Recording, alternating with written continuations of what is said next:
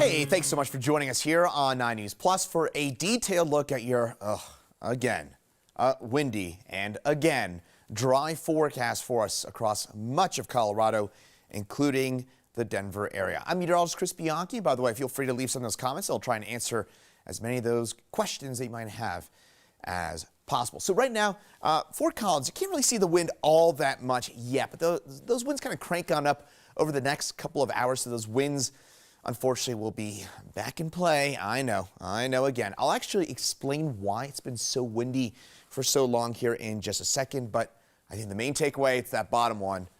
I can assure you, if I had any choice over this, I would not be choosing this windy and dry weather. This fire danger is persistent. It is, needless to say, very unpleasant for us. And just worth noting, I point this out all the time, but about 80 to 85% of wildfires here in Colorado and throughout the United States are caused by human error. So if we are cautious and we avoid anything with spark outdoors, we can really, again, avoid the worst consequences of these really dry, windy days. But just keep that in mind as you head out today. Again, nothing with a spark outdoors, no outdoor burning, nothing like that with these very dangerous fire conditions. Relative humidity, lower that is, the drier it is, 10 to 15%. Wind gusts, the higher it is, the generally speaking, more dangerous those fire conditions are. It means the quicker those fires, if they do start, can spread and get out of control. Those winds gusting up to 45 miles an hour today. So as we head over the next couple of hours, again, notice by 3 o'clock today, those winds right now here at about 12:30, generally speaking, around 20 to 30 miles an hour. Still windy, but not all that bad. But by about 3, 4 o'clock, we're starting to get more into the 30 to 40 mile an hour range. So noticeably windier as we head through mid-afternoon. Good news is, come 7, 8 o'clock, those winds die back down again. But then tomorrow afternoon, we kind of do it all over again as those winds pick back up again. Shouldn't be quite as windy tomorrow as today, with those gusts more into the kind of 15 to 25 mile an hour range as opposed to those 30 to 40 mile an hour gusts that many of us will be dealing with this afternoon. So this is a question I've been getting a lot of, and I'm sure a lot of you are curious about. Why has it been so windy for so long? So kind of 3 things at play. The top one, the strong jet stream, that is very normal for this time of year. So April on average is Colorado's windiest month. So that's mostly because we've got a really strong jet stream.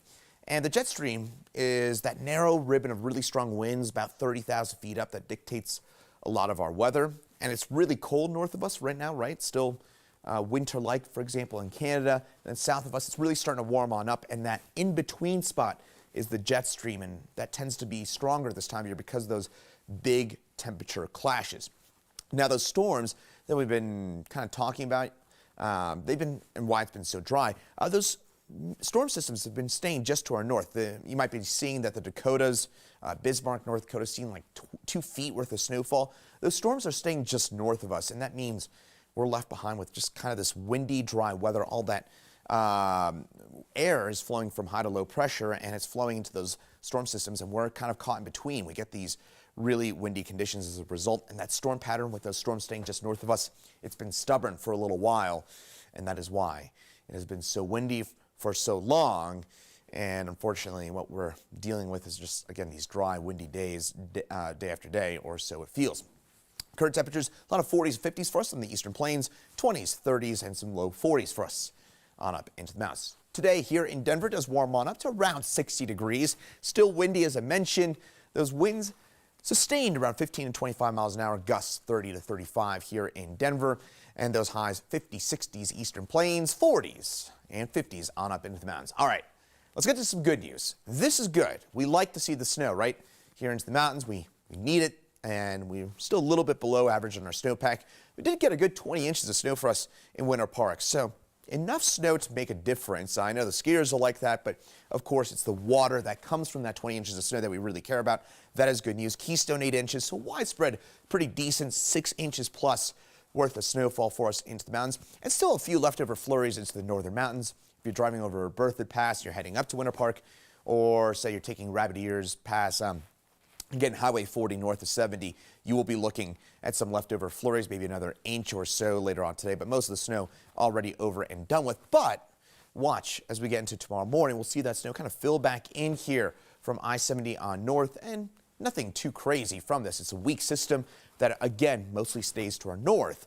But we do get enough snow out of the system that we could see another 1 to 3, 2 to 4 inches of snow for us into the northern mountains. And that is not bad news, right? We will certainly take it this time of year, or really most times of year. We could certainly use the snow.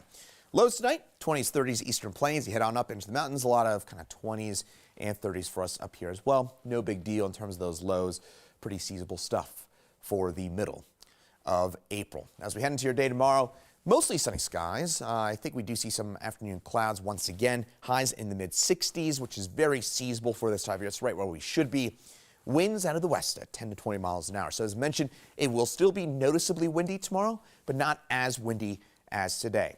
So today, probably the worst of those fire danger conditions, but still tomorrow we'll still have some fire danger, and those winds will still be fairly strong, not quite as strong though as today's.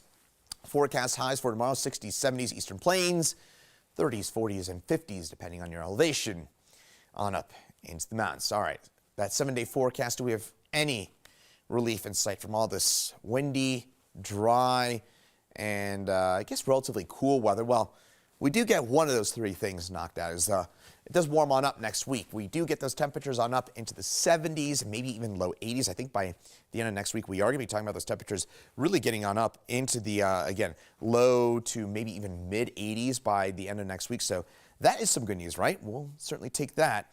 But the, I guess, concern is that we don't have any real notable precipitation of which to speak of as we head over the next few days. So unfortunately, we get the warmer weather, but we don't get a whole lot in the way of the rain or the snow that we so desperately need here in eastern Colorado, which means, unfortunately, next week we're probably dealing with more fire danger. So again, just make sure you stay safe out there, folks. No sparks or anything that has a spark outdoors as we head over the next few days. I'm Meteorologist Chris Bianchi, and have a great rest of your day.